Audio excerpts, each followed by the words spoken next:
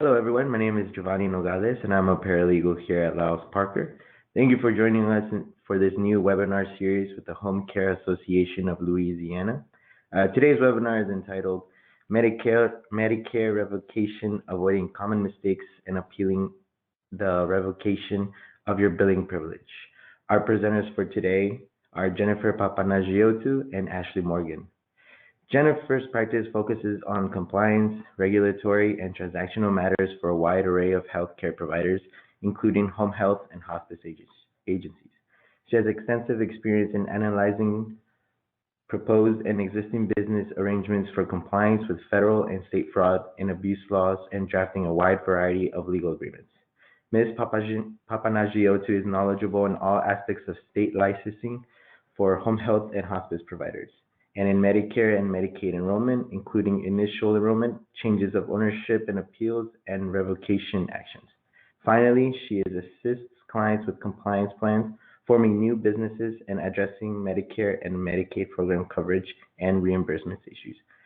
As Ms. Ashley Morgan is a partner in Laos Parker's DC office, Ashley focuses her practice on regulatory healthcare compliance matters, fraud and abuse, and reimbursement issues. Ms. Morgan represents healthcare providers across the country in connections with a wide variety of health law issues, including coverage disputes, documentation concerns, compliance, medical board complaints, and exclusion and termination issues. She has worked in assortment of providers, including home health companies and hospice agencies. Ms. Morgan is also a certified professional coder, a certified medical reimbursement specialist, and a certified medical compliance officer. This is just a quick reminder. If you have any questions throughout the presentation, please feel free to type them in the chat box, and we will address as many as possible at the end of the presentation. We will also be sending out a copy of the presentations tomorrow, so be a lookout for that in your email. But without further ado, I present to you your speakers, Ashley Morgan and Jennifer Papanagiotou. Thank you, Gio. Good afternoon. Thank you all for joining us this afternoon.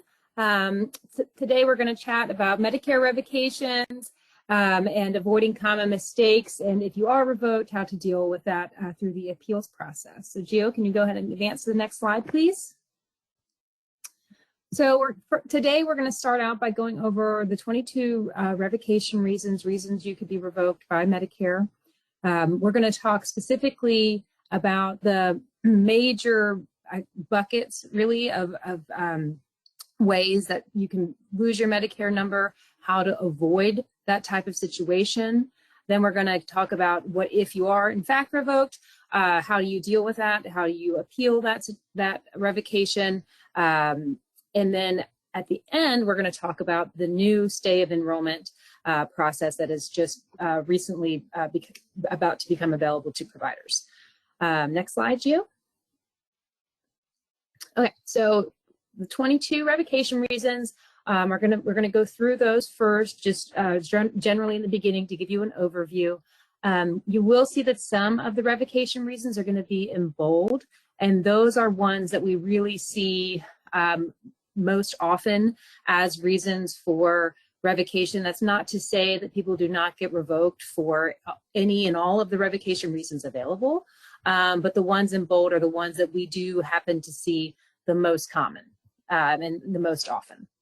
So the first one is not in compliance with Medicare requirements as stated in the enrollment application.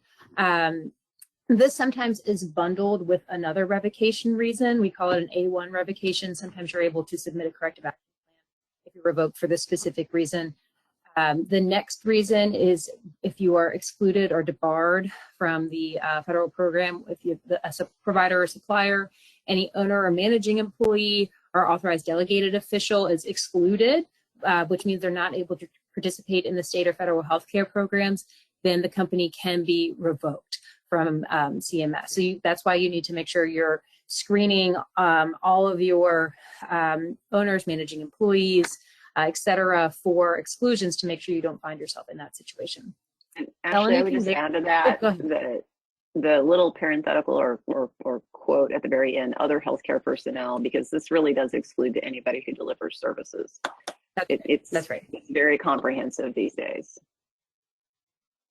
Thank you, Jennifer. Felony conviction is actually very common. I know that, some people might not think that, that would be very common. We see it come up a lot. Any felony in the last 10 years that CMS finds to be detrimental to the Medicare program or its beneficiaries, you can be revoked from participation in Medicare. You actually have an obligation to report felony convictions. So if you do not report them and you're then subsequently revoked for a felony, we often see that the individual would be revoked for the felony and failure to report that felony. But if it's any felony within the last 10 years, and CMS has a lot of authority here to say what can be detrimental. It does not have to be related to healthcare fraud or the delivery of healthcare services necessarily. So keep in mind that any healthcare, any felony, sorry, not any healthcare felony, any felony can result in a revocation. And these cases are very difficult. We are going to talk about this in more detail, but it's really difficult if you've had a felony within the past 10 years to participate in Medicare. So that's something that needs to be thought about if you find yourself working with criminal defense counsel in that type of case. False or misleading information on an application, admitting information or misstating information, that we see that pretty often as well, which sometimes that's a mistake. And we see that actually in connection with felonies sometimes, or failure to report an adverse legal action. CMS will sometimes bundle those revocation reasons together, saying that because you didn't disclose a certain prior adverse action, that's false or misleading information on the application. So very important to make sure your enrollment applications are complete and include all the information that's being requested for the time period that they're requesting. On-site review or other reliable evidence that requirements are not met. These are typically failed site visits, which again, as I said with reason 1, we typically see not in compliance with Medicare requirements cited with an on-site review issue. When you are enrolling in Medicare or revalidating, they sometimes will do an on-site review, especially for home care providers. They'll do an on-site review. They don't necessarily tell you when they're coming, and sometimes they'll just do a drive-by. But if you are not open when you say you're open, if you don't have your hours of operation posted, that can subsequently result in a revocation, and sometimes you don't know there was ever a site visit until you get that revocation letter. So important to make sure your addresses are correct on your enrollment applications, and also that that your addresses are correct on the applications and that you are operating at the hours that are posted as your operational hours. Hardship exception, denial, and fees not paid. We don't see that one that often. Misuse of your billing number, if you're knowingly letting another provider use your billing number. And I would say, that I don't think here there necessarily has to be evidence that you said, yes, you can use my billing number, just in a blatant, email or something like that. But allowing another provider to use your billing number, bill for services under your number, that can be result in a revocation. Next slide. Abuse of your billing privileges. We see this one quite often. I would say within the last at least 4 or 5 years, we've seen a significant increase in the use of this as a revocation reason. This used to really just be billing for deceased beneficiaries, if it was impossible for a provider to have rendered services. But several years ago, Medicare added the authority to revoke based on a pattern or practice of billing errors, and that's when we also, ended up seeing a significant increase in the use of this revocation reason. Was that Medicare would do UPIC audits, and if they saw that there wasn't an improvement in those audits, or not just UPIC audits, but other types of audits, then a provider could get revoked for an abuse of billing privileges reason. And those are difficult cases, especially if the provider, hasn't been utilizing their appeal rights. Failure to report changes. This is a big one. This is another way that a provider can get revoked if they fail to report adverse legal actions or changes in location. We are going to talk about the timeline for reporting changes a little bit later on, but it's definitely important to make sure all of your information is up to date with Medicare. And if you do have a change to report, that you do so timely and within the timeline laid out by CMS. Number 10, non-compliance with documentation requirements. This applies to written orders and certifications and requests for payments for home health services. So you need to, this specifically, you're referring physicians. They would need to make sure that they're actually signing the documentation. You need to make sure you have signed documentation, but you can be revoked if the CMS finds that the written orders and certifications are not appropriately being done when you're getting new patients on service or having recertifications. Home health agency capitalization payments, that we don't see a ton of those, but that is a reason that you can be revoked.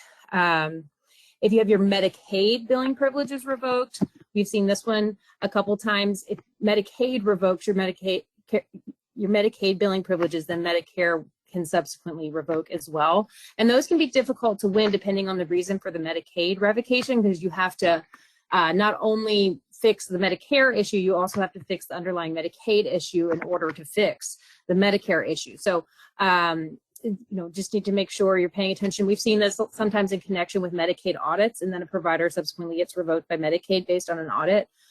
So it's just very important that if you, have an issue with Medicaid, for example, if you have a bad audit, you're utilizing those appeal rights, you're working those out so you don't find yourself in a situation where, they've decided they want to terminate you, and then you subsequently find out that Medicare is going to take a similar action. This doesn't really apply for home care providers, but VA certificates, if that's suspended or revoked, then that provider can subsequently be revoked as well. Improper prescribing practices, again, not really super applicable here, but you can be revoked if CMS determines that a physician or eligible professional has a pattern or practice of prescribing Part D drugs that fall into categories such as being abusive or representing a threat to the health and safety of Medicare beneficiaries, or failing to meet Medicare requirements. Next slide, Gio. Number 15. Is a False Claims Act judgment within the last 10 years. So this is important. This is rather new. CMS can now revoke you if you have a False Claims Act judgment against you within the past 10 years. So if you find yourself in a situation where there is a False Claims Act case going on, you're being investigated for False Claims Act violations, very important you work with legal counsel and that you take into account the fact that you can subsequently be revoked if there is a judgment that gets entered in against you. And that's not just a short time period that you're going to be revoked. It's 10 years, similar to a felony conviction. So very important. If you find yourself, go ahead, Jennifer. Ashley, let me just elaborate a little, because we're not going to go into this a whole lot. It's not, this is a terribly common, and it's a brand new reason we don't really have a track record with yet. I will say the commentary makes it clear that settlements don't fall into this revocation. That's right. If you settle a False Claims Act civil investigation, that is not considered a judgment. So this would actually be, you litigated a case and a judge entered a finding of liability or not.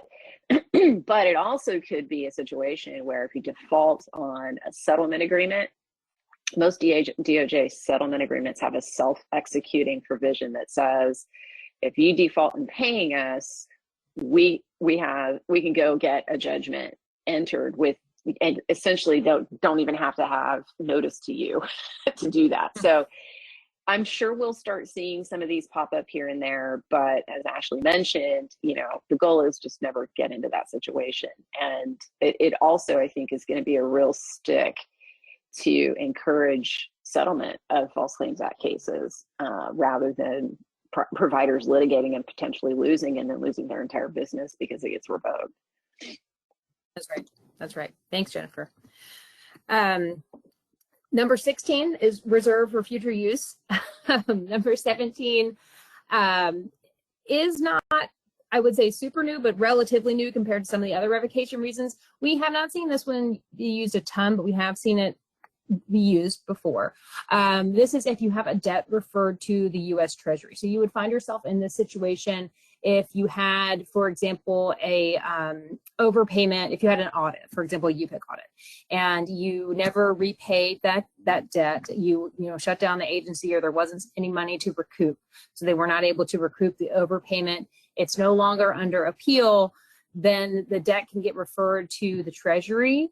And if the Treasury goes out, they can't collect the overpayment, it's still out there, then you can subsequently be revoked for that. So it's very important that if you do have any sort of overpayment, that you deal with that overpayment either by paying it or paying it and appealing it, and to be aware of the fact that while it's in the administrative appeals process, it cannot be referred to Treasury, but as soon as you are no longer in the administrative appeals process, it can be referred, and then you're at risk of being revoked and no longer able to participate in the Medicare program. So that's it's a relatively new. We have seen it be used. We haven't seen it be used a ton yet, but I would expect that we are going to see that more often in the future.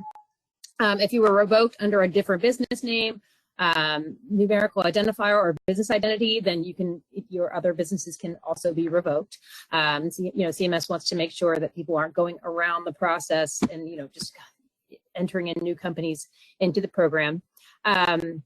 This is a similar one, number 19. If you have an affiliation that poses an undue risk, affiliation is a term that is defined in the regs. And managing employees, other types of agents can be affiliations. So if you have an affiliation that CMS considers to have an undue risk, then they can revoke you. A situation like that could be if you're a person who owns another company.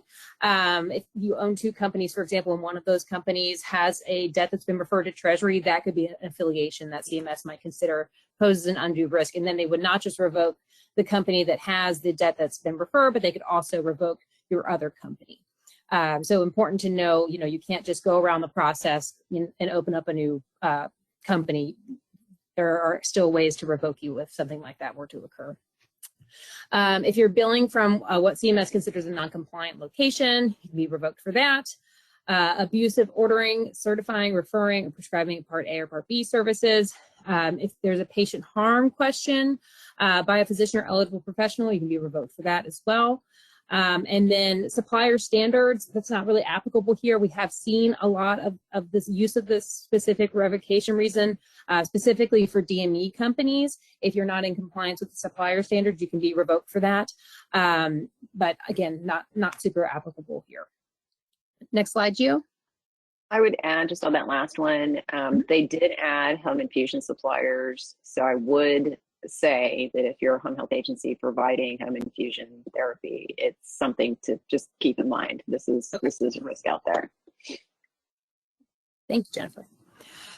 So the fastest path to losing your Medicare number, we're going to go through 3 buckets of ways you could lose your Medicare number. These are enrollment problems, operational problems, and billing problems. And we're going to talk about each of these in more detail. The first one, enrollment problems, that's going to encompass, for example, failure to report a change of location, failure to revalidate, failure to report adverse legal actions, or owners are managing employees with felonies. Operational problems could include failure to keep regular business hours, lack of proper signage, employing excluded persons, and billing problems could include repeated high error rate for claim audits through either a targeted probe and educate review or through a UPIC audit. Next slide, Gio. Okay, so the first bucket we're going to talk about is enrollment problems, and go ahead and go to the next slide, Gio. Okay, so one of the ways that you can be revoked is if you are under Reason 5, which would be an on-site review or other reliable evidence that the requirements are not met. Some of the reasons that we see providers get revoked for this specific reason are that your company moved to a new location and CMS can't find your practice location. Usually we see this revocation in conjunction with a failed site visit where CMS came out, they did a drive-by, you weren't there. And when we see this revocation reason, we often see reason 1, non-compliance cited as a revocation reason as well. So when you have a revocation come through and you are cited for 2 revocation reasons, you need to respond to both of those. Also, if you are revoked for non-compliance, you often get an opportunity to file a corrective action plan. So it's important to know that And we're going to talk about this in more detail, but it's important to know that you do need to do both of those. You need to appeal and file a corrective action plan, not just one or the other. How do you prevent being revoked for on-site review issues? Really, it's that you need to keep your enrollment records up to date. You need to make sure your address is correct. A lot of times, unfortunately, we see that people use the wrong address. For example, they use a P.O. box or a commercial mail service as their practice location. You cannot do that. That will result in a revocation because they will go by to check where your actual physical practice location is, and that obviously isn't going to be an operating company. So do not use where you want to get your correspondence as your practice location. There are separate options for practice location and for mailing address when you do your enrollment application, and so make sure that those addresses are correct.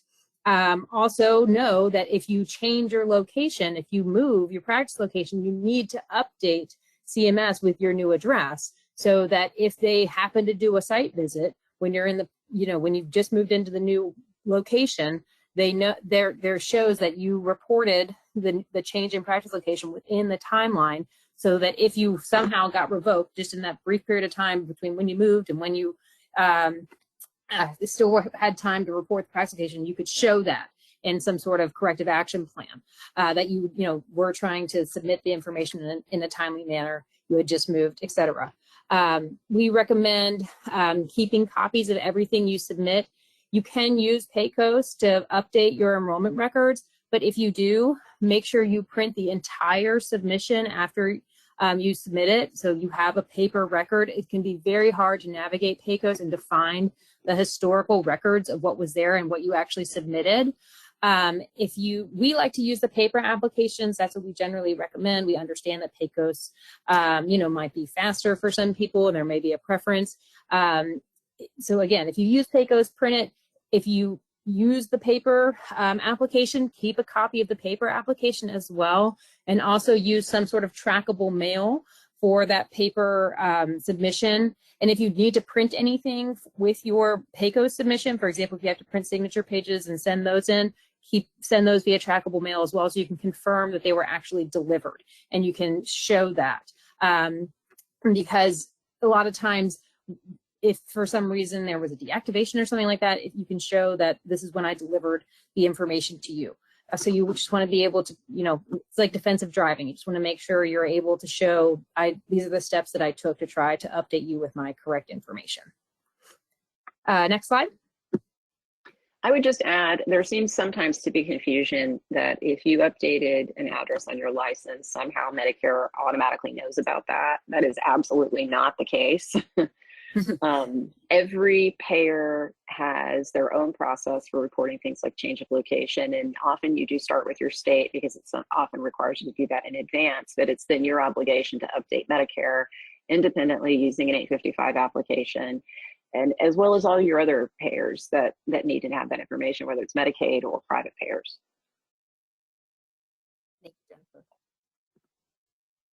But so enrollment and reporting obligations, just some additional information.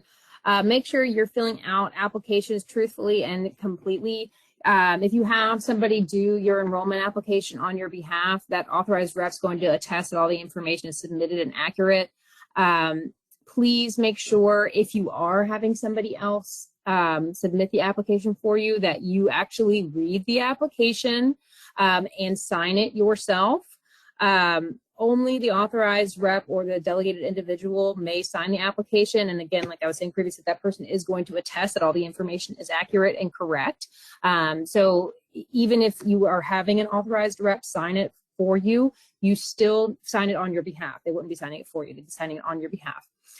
You still need to ensure that the information is correct, because you are going to be the one that is revoked if the information is incorrect. You can't say, this person was my authorized rep, they were supposed to do it correctly and they didn't do it correctly. You're still going to be the one that's revoked and going through the appeals process trying to get your Medicare number reinstated. So you need to protect yourself and make sure it's correct. Sorry, Jennifer, go ahead. Yeah, unfortunately, we see this from time to time where a provider relied on a billing and credentialing person to help them do an application. They didn't you know, something in the process fell apart, some information didn't get included, it's often related to adverse actions because either the billing credentialing person just wasn't aware or they just didn't fill the application out correctly. So, you know, the responsibility and the burden is going to fall on the provider. So it's just so important that somebody knowledgeable about the organization who's also going to put their name on that application as the signatory has to look at these things and review them completely.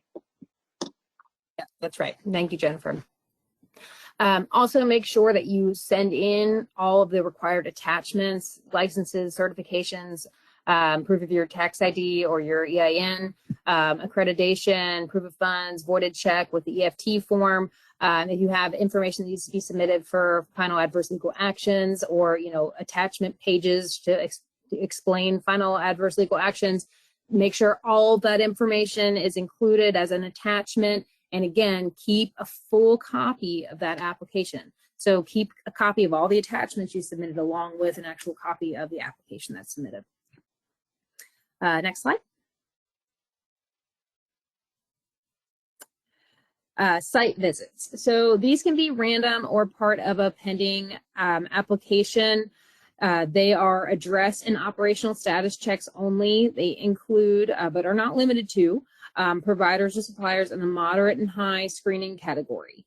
The moderate screening category includes revalidating home health agencies and hospices. The high screening category includes new home health agencies and hospices, and any provider or supplier that has been revoked and is applying for reactivation after an enrollment bar is run out. So this is very important for you all that are on the phone today. Please make sure that your physical location is accurate when you are revalidating or when you're submitting a new application. Make sure all of your contact information is correct and make sure your practice location and your correspondence addresses are correct. You will see when you are either submitting a new application or when you are revalidating, you will you're going to have site visits. So, and you're not going to necessarily be told when that's happening.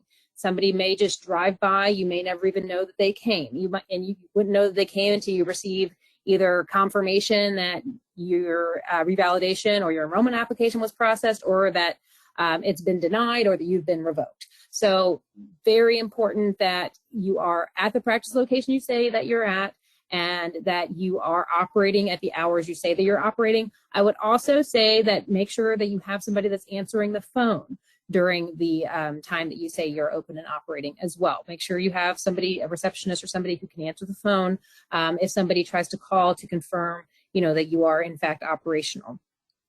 If you do fail the site visit, you either are going to return to the start of the application process, meaning that your application is going to be denied, or you could be revoked. And typically, if you're revoked, there is also at least a 1-year re-enrollment bar that is imposed, which, you know, obviously you cannot re-enroll during that entire process. And a revocation is not stayed during an appeal. You are revoked while you are trying to appeal a revocation. Something else to keep in mind is that fingerprint-based background checks, these are now happening for new home health agencies and hospices, or for revalidating home health agencies and hospices if that was previously waived during COVID. Other high-risk providers also may be fingerprinted as well. But if you see a contractor request your fingerprints, that's not necessarily spam. The contractor is Accurate Biometrics. They are likely trying to fingerprint you as a part of your enrollment or revalidation application. So please keep an eye out for that communication. Sorry. Let me just add a little something to that one. So we are seeing these routinely now for not just new home health agencies and hospices, but also when we have changes of ownership or changes of information that introduce new owners to an organization. I've actually had some where they've requested fingerprints from the wrong people in an organization, and I've had to kind of go to the contractor and explain that they're trying to get information from the wrong. It's really supposed to just be owners of 5% or more. So fingerprinting is not a big deal, and there's the process to get it done is not overly complicated. But what I'm finding is these fingerprint letters are often mailed to the correspondence address, or to the practice location address. If those aren't the same, they may go one, but not the other place. They do not send them by email, at least not Palmetto does not. So often whoever's kind of monitoring or is the contact person for a pending enrollment application won't necessarily know that a fingerprint request has been sent until it arrives by mail at the correspondence or practice location address. To combat this and make sure you're able to stay on top of things, best practice in my book on enrollment is to just monitor your applications at least every 30 days. If you haven't heard anything from Palmetto, make a phone call and find out what's going on. I can't tell you how many times I've called in and they're like, oh, we sent a fingerprint request letter 3 weeks ago and nobody told me. And so I found that specifically with these fingerprint letters, it's kind of been a mess, frankly, from Palmetto's perspective, and we just really have to stay on top of these. Thanks, Jennifer. That's very helpful to know. Next slide, you. Okay, reporting deadlines. We've put together this handy little table for you all to show when you need to report different changes in enrollment information. You'll see here that there are specific types of changes that need to be reported within 30 days. That is a change of ownership, a change of control, a change of your authorized or delegated representative. For final adverse legal actions, you have 30 days for a federal or state license revocation or suspension. Otherwise, you have 90 days to report a final adverse legal action. For the change in practice location, please see that this is 30 days. This was previously 90 days. It is now 30 days. So you have a very short window of time in which you can notify CMS that you've had a change in your practice location. So please make sure that's one of the first things you do when you change your practice locations, that you send in that enrollment application or that change of location application notifying CMS that you've changed locations. All other changes to any other section of the 855 can be reported within 90 days. So, these specifically on the screen: change of ownership, change of control, change of authorized rep, change of practice location, 30 days, and for some final adverse legal actions, it's going to be 30 days as well. All other changes are going to be 90. Next slide. Okay, revalidation. The requirements are found at the Reg 42 CFR 424-515. Providers have to revalidate every 5 years upon request. If you miss your revalidation deadline, you can have a payment hold, a stay of your enrollment, or a deactivation. I have had multiple people call me recently who've been deactivated because of issues of revalidation. So please make sure you check the CMS website. We've got it here on the slide for you for when your due date is for revalidation. It gets updated every 2 months. If your revalidation is due within 6 months, your organization will appear on the revalidation website. We recommend that once you see yourself on the due date list, that you go ahead and submit your revalidation application. Start getting that process in the works so that it does not go, the deadline does not go past, and then you're dealing with a possible deactivation or other payment hold or stay of your enrollment.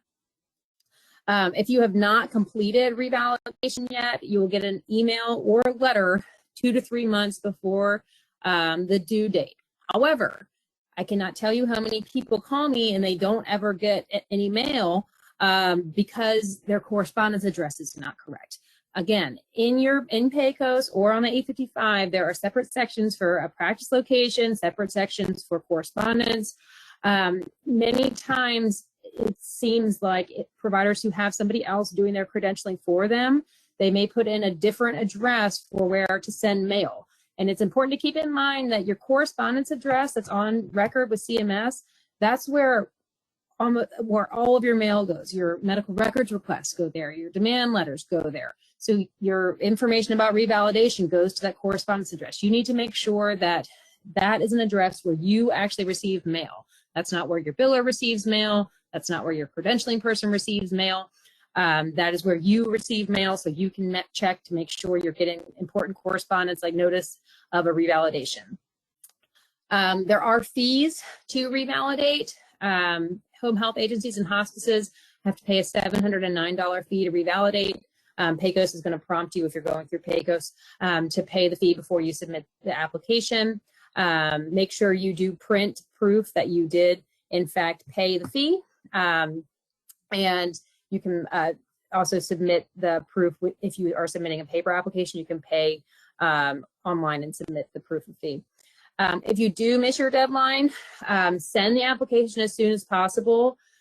Typically, we see that providers are reactivated with the date that CMS receives that application. So if you prepare an application on PACOS, submit it, it's typically that same day. If you're mailing in an application and you send it next day via FedEx, it's going to be the date that that application is delivered to the contractor. But you may have a gap in enrollment, which means you'll have a gap in payment for whatever period of time exists between when you were deactivated and when that reactivation application was submitted. So those are, sometimes that can be fixed, sometimes it can't. It's always a situation. But the most important thing is that if you do realize that you have missed your deadline, that you submit that application as quickly as possible, because that's going to start the timeline for getting you re-enrolled. Okay, next slide.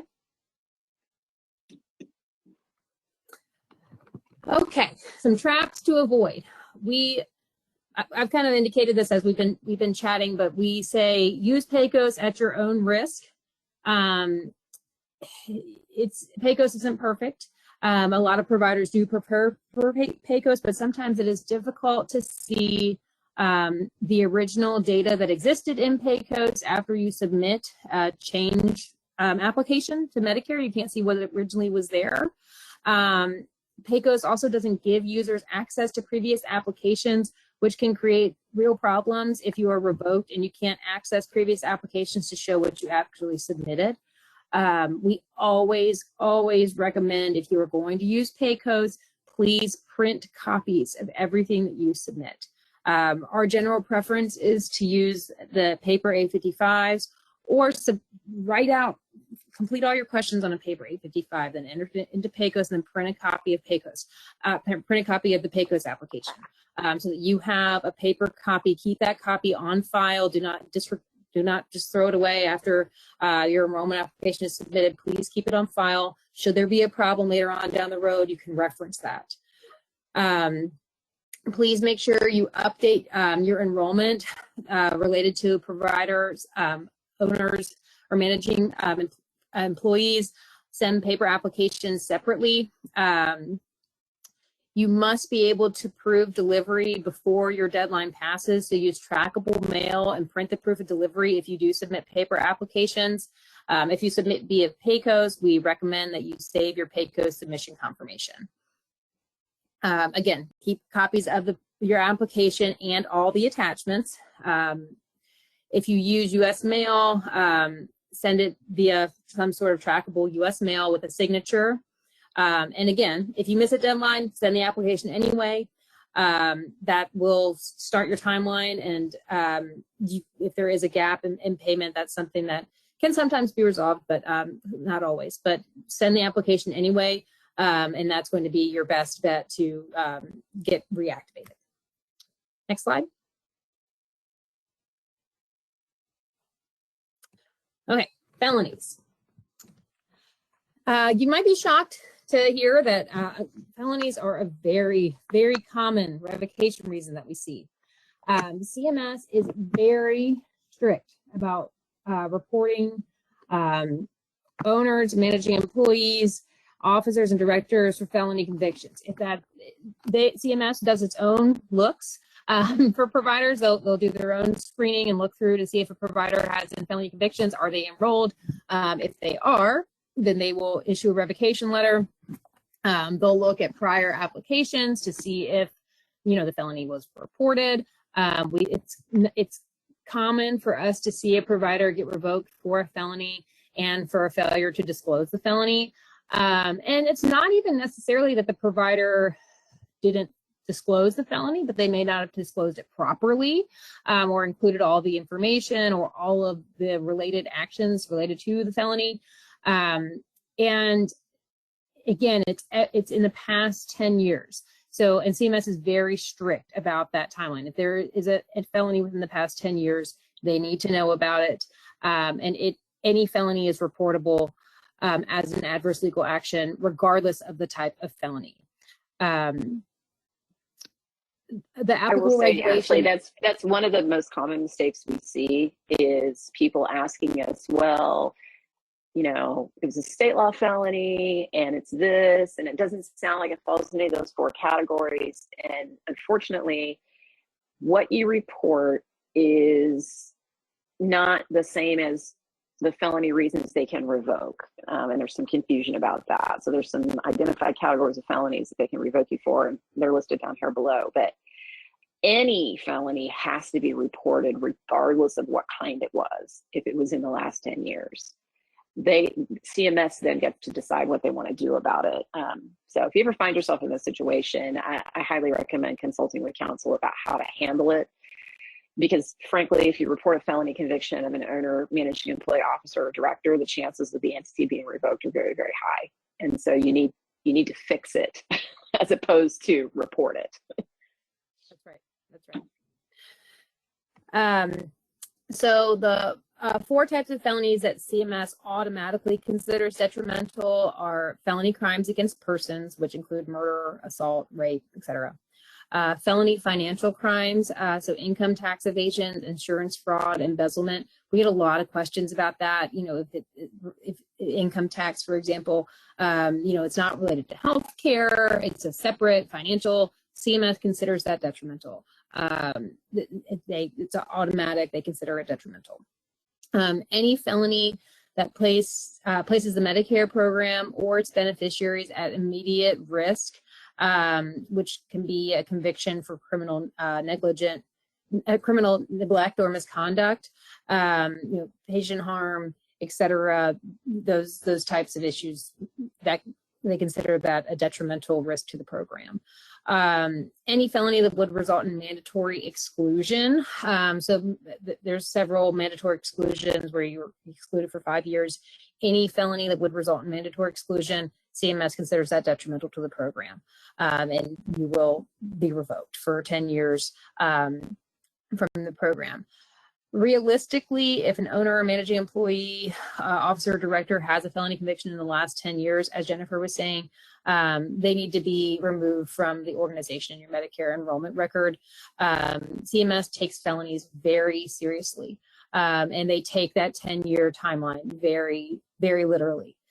So if you have an issue where somebody is convicted of a felony, I definitely recommend talking with legal counsel, and legal counsel that understands enrollment regulations and healthcare regulations about how to properly address the situation.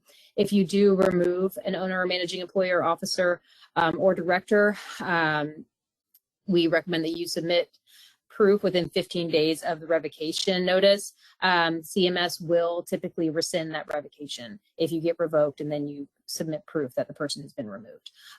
So that can be fixable, but it's important to, you know, make sure you, for example, that you're checking your people, making sure nobody's been convicted of anything that you're not aware of, and that you are taking the right steps to protect your companies if something like this does pop up. This is Jennifer, just one more thing again.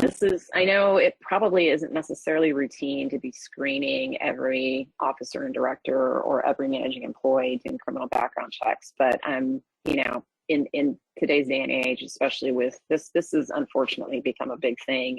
You have to protect yourself, and it seems to me from a compliance perspective, not just doing exclusion screening, you should also be doing these criminal background checks before you bring someone on board. It's just absolutely necessary if they're going to be an owner, managing employee, officer, or director of your organization. That's right.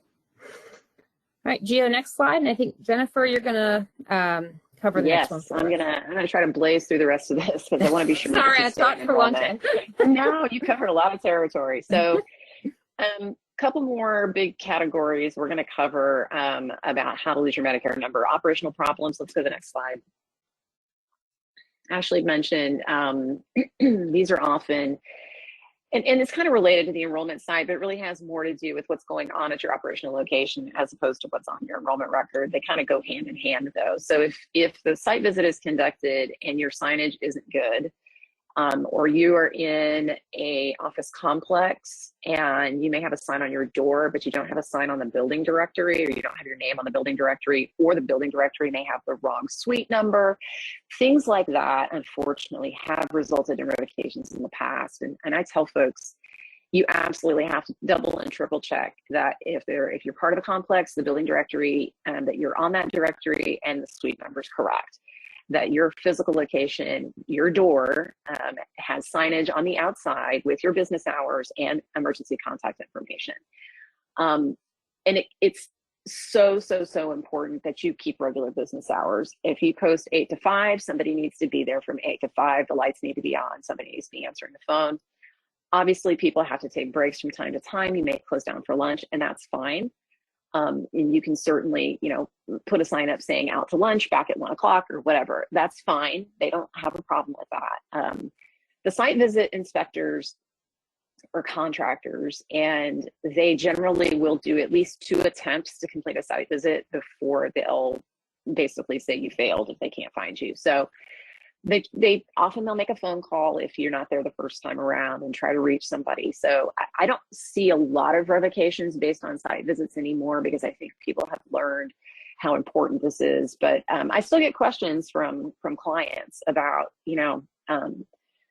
what if I'm moving to a new location and I've added it, but we're not really taking any patients yet? I'm like, if it's on your record, it's got to be open for business. So anyway. Again, it's an operational issue. You've got to plan for contingencies. And if for some reason somebody can't be there, or somebody calls in sick who's supposed to open the office, you've got to have a plan for how to address that and make sure somebody does get down there to open the office. The second reason we see excluded or debarred from federal programs, there's absolutely no reason that you should not be screening every single one of your owners, managing employees, authorized and delegated officials, medical director, supervising physicians, and other healthcare personnel, which is anybody that renders clinical services essentially, need to be excluded on a monthly, and need to be screened on a monthly basis against the exclusion databases.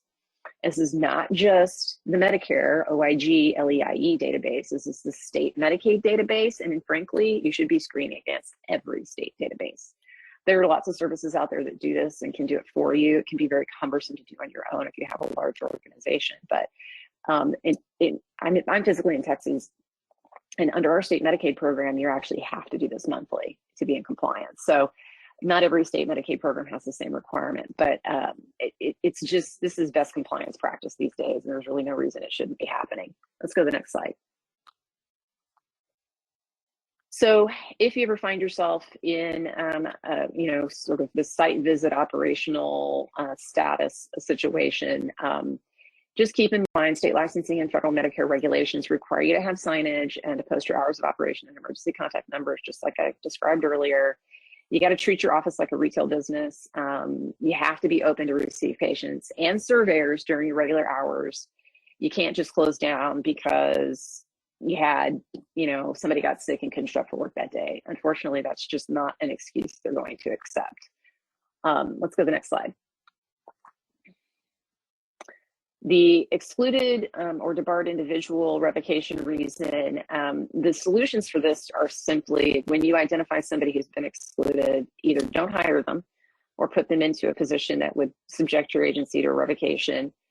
If you find out after the fact, terminate or divest immediately. You've got to get that person out of your organization. If you get a revocation letter that identifies somebody who's been excluded, let's say under the LEIE, the OIG list, you only have 15 days to take that person out of your organization and submit proof that it's been done. And that's not very long, guys. I've actually dealt with a couple of these, and we have always been able to successfully get the revocations rescinded, but it's chaos for a few weeks while you're getting that process completed. And you don't get paid until they rescind it. So it can cause real issues with cash flow. But I have dealt with a couple of these over the last 5 years, and they can be fixed, but it's messy. And we already talked about monthly screening. That's best practice. I would also point out, though, if you use third parties to supplement your staffing, you use third-party therapy provider or whatever, all of their staff have to also meet all the same requirements that your staff meet. And often what I see in staffing contracts is that the contractor that you're hiring is expected to do this screening for that and to screen their staff just the way you screen your staff. My suggestion to you is that you ask for the policies and procedures from the contractor that you're engaging, and then you ask for proof that the screening's happening, and you do that on a regular basis. Maybe that's every quarter, you double check it, and that you then include a requirement that they have to provide evidence of screening upon request in a timely fashion, because you will see sometimes surveyors will ask for this information as part of sort of validating credentials. So just some tips and tricks and things I've seen. And I've actually worked on these like therapy subcontractor agreements a lot over the last couple of months for some reason. And we've been really trying to beef up our language about this in those agreements. If you're going through an acquisition and you're buying another provider, my suggestion is that your human resource people, in advance of closing that transaction, screen everybody you're going to hire as part of that transition. And as I said before, there are outside contractors who do this kind of screening and try to automate the process for you as much as possible. If you identify an excluded, debarred, or suspended person, in addition to having to remove them, it can result in overpayments related to services that that excluded person was involved in. That is a complicated process, and you really do need counsel to help you through that. There is a provider self-disclosure protocol that we've helped many clients go through when they find themselves in this situation. And just know that if you find yourself with this kind of problem, you do probably need to get your counsel involved to help you fix it, and also to consider what the overpayment impact is. Let's go to the next slide. Billing problems. Okay, let's skip to the next one, Gio. Ashley mentioned earlier that we've seen a real uptick in revocations based on abusive billing privileges, specifically pattern or practice of billing errors. And I'll be honest, this is not an easy one. Usually we don't get involved until that revocation letter arrives. And in our experience, what we see is a provider probably had several prior audits, usually it's 3, with high error rates. High error rate does not necessarily mean that whatever the audit was involved a lot of claims. They could have looked at 10 claims, but if you failed all 10, that's 100% error rate. It could be that they looked at 100 claims and you had a high error rate. Interestingly enough, the number of claims they reviewed is not necessarily the relevant data point as far as they're concerned. So high denial rates, they look at the kind of denial reasons, they look at the provider's history of final adverse actions, the length of time over which a pattern and practice of errors has continued, how long the supplier has been enrolled, and then any other information they think is relevant.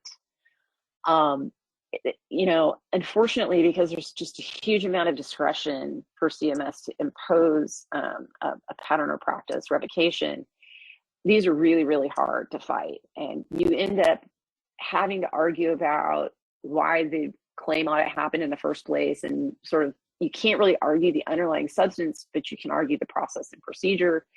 You can argue these factors, but you can't really litigate a situation. You can't go back and fix the claim audit that already happened. If you didn't appeal it, you can't fix it. And that's really where we see these happening more, is if you had a high error rate, probably small sample size audit, and you just paid it back because you just didn't think it was a big deal and it would be too expensive to fight it.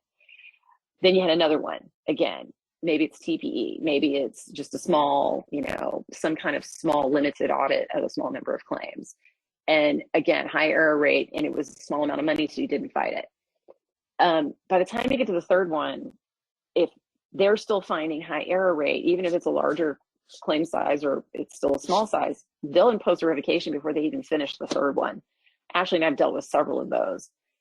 And these are really difficult to fight and very, very disruptive. And I will be honest, they can be business killers, because there just aren't a lot of great legal arguments to undermine CMS's exercise of its very broad discretion for this.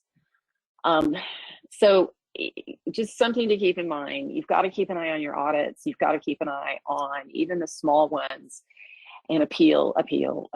You've got to try to get your claim denial rates as low as you can so that you never have to deal with this problem. Let's go to the next slide. Just a heads up, they are adding language to the TPE result letters and to UPIC audit result letters that very clearly say, if you still have high error rates, we can refer you for further administrative action. So the TPE language, after 3 rounds, if you have continued high denials, Palmetto will refer you to CMS for additional action. And it can be a variety of different things. Same thing in the UPIC letters, saying, there's authorization to revoke Medicare billing privileges if you have a pattern or practice of billing errors. This is actually appearing in the UPIC audit result letters now. So, fair warning to all of you guys who are perhaps being audited, and we're seeing a lot of TPE activity right now, especially in hospice. So even with TPE, it is so important to try, even if you have denials in the first round and you get pushed to the second round, appeal the denials, every single one of them, and try your best to try to get them paid. So reason 8, how do you fix it? How do you prevent it? Well, let's go to the next slide, Gio. If there's a claim error and you can fix it, fix it. You have to have a compliance program, and your compliance program has to include regular claim auditing.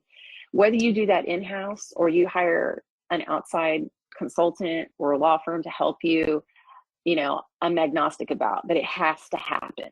You've got to be looking at the quality of your documentation, and are you dotting your I's and crossing your T's, and nobody's cutting corners. Know your denial reasons and work to reduce their frequency. Provide feedback to your staff on documentation on a regular basis if you see the same issues popping up again and again and again. Whether that's just the way certain things are being documented, whatever that might be, educate your staff. I think it's really important, at least annually, and obviously more often is always better, to pick some important topics that really underlie sort of this documentation part of your business, and continually re-educate your staff. Dig deep on your entire claim cycle, from the record to the claim to the remittance advice. Does everything match up? Because we're seeing in some isolated cases where remittance advices from Medicare and other payers don't necessarily match what was billed, which is unusual. I will say that I've seen it, and it's become an issue in some cases. So just making sure consistency is there. And then, as I said, appeal denials, even low dollar amount overpayments, can become revocations if they happen over and over again. Let's go to the next slide. I know we're getting up against time here. I really want to skip, Gio, to slide 27. If you can go to the very end. Stay of enrollment, there it is. This is a brand new regulation that was part of some final regulations that were released at the end of last year, beginning of this year. And they finally released guidance to the contractors on stay of enrollment. I think Ashley and I, over the very many years we've been doing this together, have prayed for something like this for a long time. That's right. This is a middle ground between leaving you in the program even when there are problems, and revoking you and taking away your right to participate. The stay of enrollment is a brand new, less burdensome action than a deactivation or revocation. And it's what they call a preliminary interim status representing a pause in enrollment. And the reason it's so much better than either deactivation or revocation is it doesn't require a completely new enrollment application. You don't start from scratch. Essentially, they're saying this will be available, and the contractors can start using this as of May 30th, where something has come up and you are non-compliant with at least one Medicare enrollment requirement, but it can be fixed by simply submitting an updated enrollment form. I think the biggest place I see this is going to be handy is in reporting changes of address, practice location address. It can also be handy in failing to timely revalidate. Rather than deactivate you, they can simply put you in this stay process, you submit your application, and you're good. If you're deactivated for failure to revalidate, you essentially have to start over from scratch with enrollment, and it's a huge pain. It takes a lot of time. Simply being able to submit, a change of information if you didn't report an address change and get yourself off this stay of enrollment fairly quickly is going to be hugely simpler than being revoked, being out of the program for perhaps a year or more, and then having to try to come back in through a reactivation. Same with failing to report or do updates of managing employees or owners or whatnot. They can simply put you in this stay status instead of just kicking you out altogether, and you don't suffer all of the negative things that come along with either deactivation or revocation. Key points to keep in mind: you would remain enrolled during a stay of enrollment, but claims will be rejected. That will never be longer than 60 days. It is not considered an adverse legal action, so it never has to be reported on another application to Medicare. And it can be used multiple times. So it's not like a one-shot deal. If you have one stay of enrollment, they'll never do it again. So I'm very anxious to see how they use this. I think it's a tremendously useful tool and something, frankly, that we've wanted for a really long time. Gio, let's go back to slide 23. It says, what if the worst happens at the top? We do want to, no, go forward a couple. There you go. We want to cover the revocation appeal process so that you understand what that looks like. So if you, let's go back one more slide, Gio. That one, or do you want me to go back one more? That one, that's the one. So you received a revocation letter. What does that mean? Well, first and foremost, look for the effective date of the revocation. It could be before you received the letter, especially if it's related to a failed site visit, especially if it's related to a felony conviction. Felony convictions, the date of revocation is going to be the date of conviction. Site visits would be the date of the last failed site visit attempt. Excluded individuals, it would be the date that person or entity was excluded. Most of the others are prospective, and you'll be revoked from 30 days from the date of the revocation letter. Bad things. So provider or supplier won't get paid by Medicare after the revocation effective date. And if it is retroactive, CMS will assess overpayments for anything that was paid after that retroactive effective date. There are no stays in revocation cases. So once you receive notice that you're revoked and the effective date passes, you're revoked until it's either your re-enrollment bar runs out or you're able to either successfully appeal or get a revocation rescinded. One of the first things we always talk about is who else needs to be notified of this. You are obligated, if you participate in Medicaid, to notify Medicaid. They will also revoke you. They're required to do that by federal law. Most private payer contracts require you to report a revocation as well. We often talk about timing for that and, kind of talk through, well, you have appeal rights and it may be that we need to work through the appeal before we do that, but every case is different and really requires us to look at your contracts and the credentialing requirements for your particular payer. If you're accredited, generally it has to be reported to your accrediting body. All of that is, sort of the terrible stuff that you have to deal with on a very short timeline, typically. Let's go to the next slide. So who's the first person you should call if you get a revocation letter? Well, you should call your healthcare counsel, or you should find a health lawyer that can help you. Discuss the appeal process and alternative business arrangements or workarounds that may help you keep your business. I cannot stress enough, this is not the time to try to do it yourself. If you get a revocation letter, the inclination is to pick up the phone and call Palmetto, their customer service line, and ask them about it. And I'll be honest with you, those people are not there to give you legal advice. Those people cannot be relied on in anything they tell you. If it's wrong, I can't fight that. I can't say, well, they gave us bad advice and therefore you should cut us a break. That is not an argument they will accept. There's something called estoppel that essentially says anything a government contractor at Palmetto tells you can't be used against Palmetto or CMS. It's ridiculous, but it is what it is. They are not a great resource, frankly. You have 60 days from receipt of the letter to file a reconsideration appeal. And in some cases, you are given the opportunity to file a corrective action plan that has to be filed within 30 days. As Ashley said earlier, if you have an opportunity to do a CAP, you still have to file the reconsideration appeal. So oftentimes we end up doing both. We prepare a cap and submit it timely, and we prepare the reconsideration request at the same time, essentially, and submit it as well. If your revocation involves an excluded, suspended, or debarred person, you have to immediately remove that person, and then you've got 15 days essentially to fix it and submit proof. And again, we've had success with this. Discuss alternative billing arrangements with your attorney. Is there anything that can be done to try to manage this more appropriately? But the reality is you're probably going to have to reduce your Medicare census. You may have to transfer patients, stop taking new patients, et cetera. Depending on what the reasons are, sometimes, you know, if we can map out a plan that we think we can be successful to get you unrevoked, then, you know, you may be willing to provide basically free services for a short period of time. But those are very unique circumstances. Every one of them is different. So I just suggest you've got to take a really hard look at your finances and a really hard look at the facts of the case and honestly assess your chances of fixing it.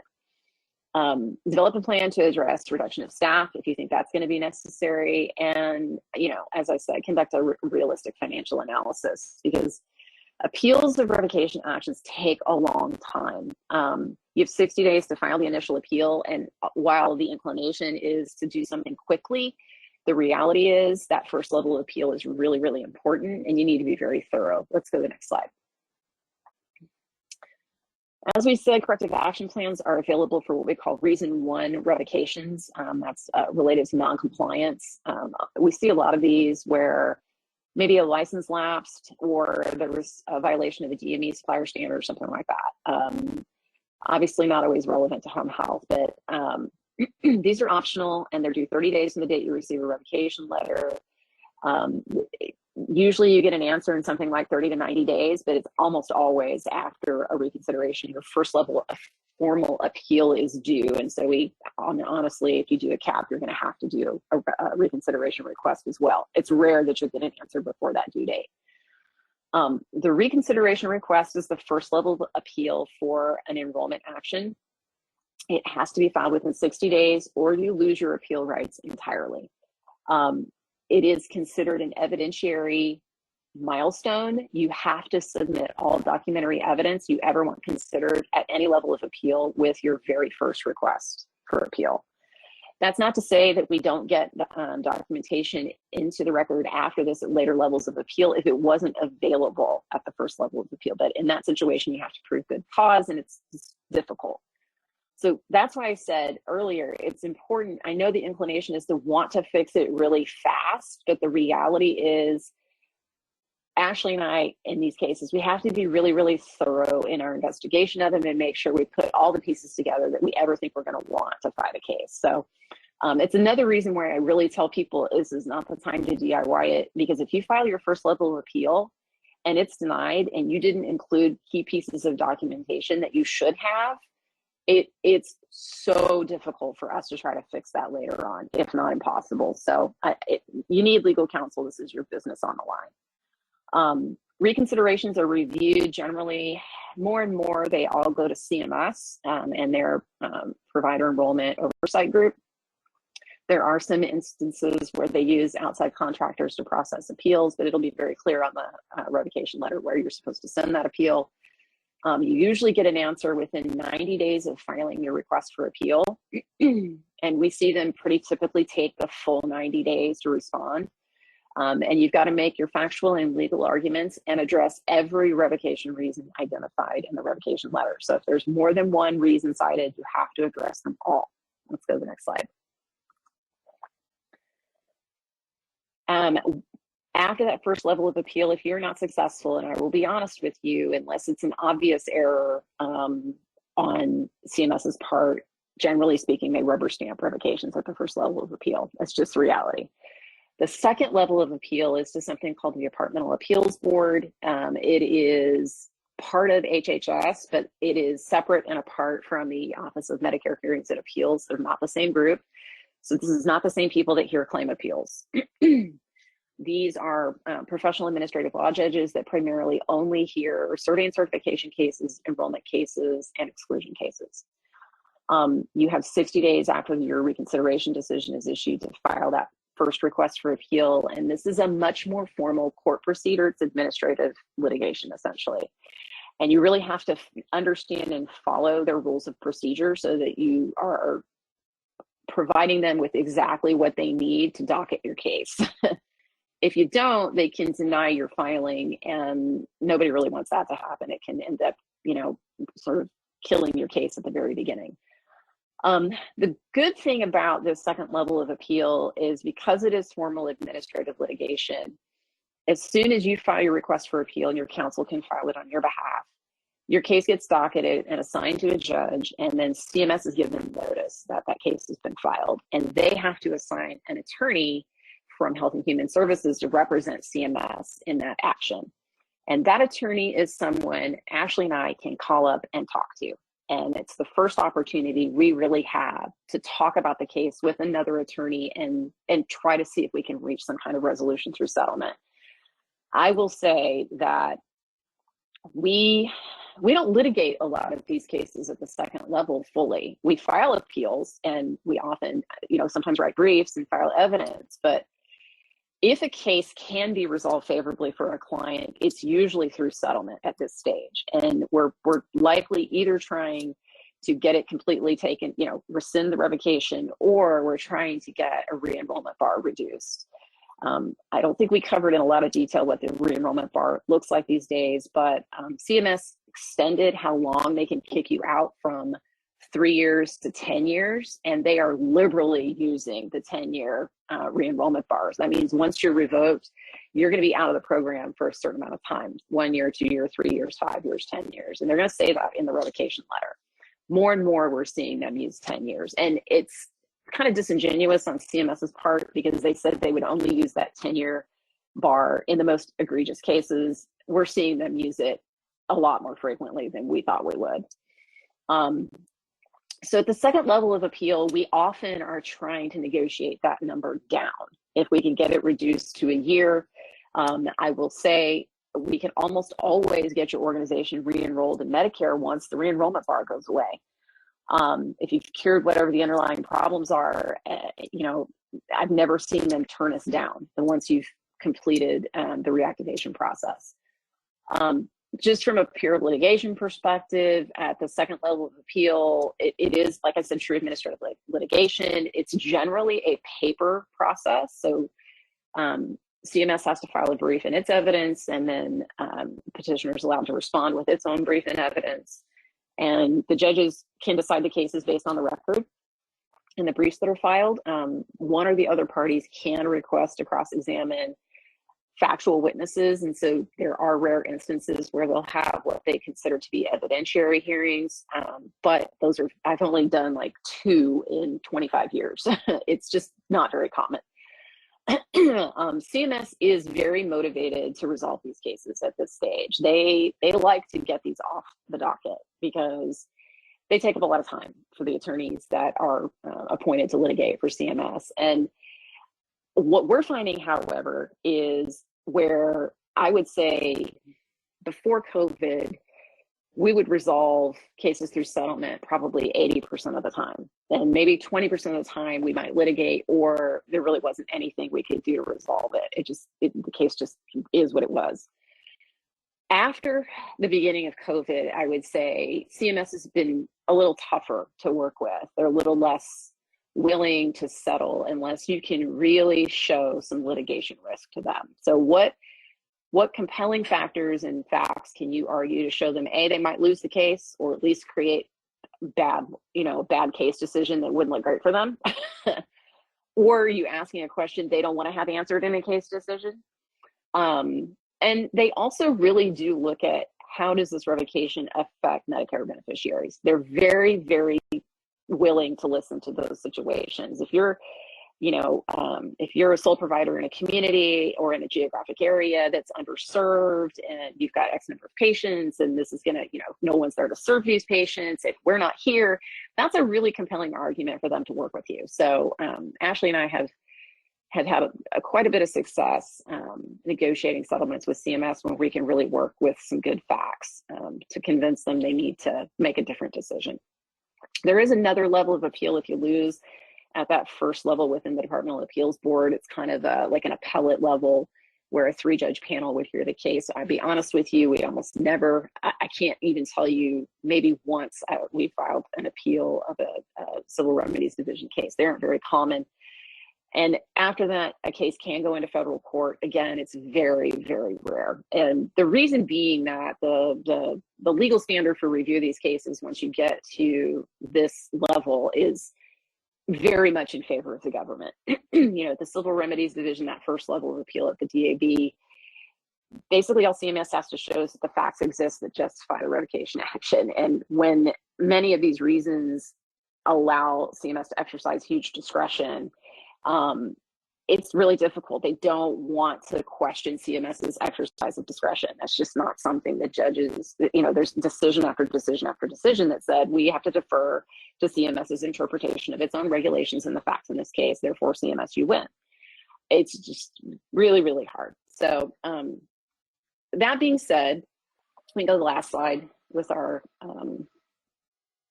contact information. We love to talk to folks in the community, folks who are running these businesses. If you ever have an issue like this pop up, or if you have a contact or a colleague who ever has something like this pop up, you know, our advice is always that they need counsel and they need it really fast because the timelines to get this stuff, to file appeals and to try to fix things can be really short. So just understand that we're here to help and answer questions. And Gio, I don't know if we've got any questions right now.